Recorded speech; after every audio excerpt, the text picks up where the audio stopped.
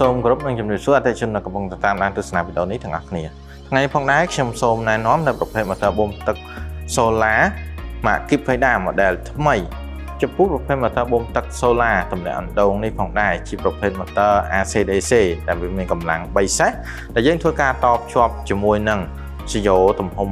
60ជាមួយនឹងតួ motor 4 អ៊ីងដែលវាអាចធ្វើការបូមទឹកបានចំនួន32ម៉ែត្រគីបក្នុង1ម៉ោងជាមួយនឹងកម្ពស់អាចរុញបានរហូតដល់50ម៉ែត្រ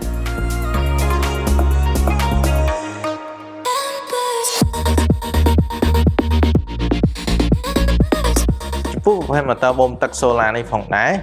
គឺស័ក្តិសមសម្រាប់អតិថិជនដែលមានតម្រូវការស្រោចស្រពឬតម្រូវការទឹកច្រើន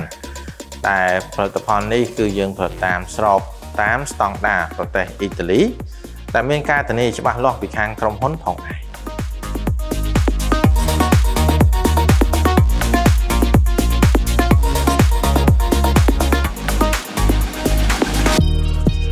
យើងក៏មានការធានាបន្ថែមរយៈពេល1ឆ្នាំទៅលើប្រភេទ motor និងរយៈពេល10ឆ្នាំទៅលើពន្លឺចំពោះប្រភេទទាំង solar ផងដែរ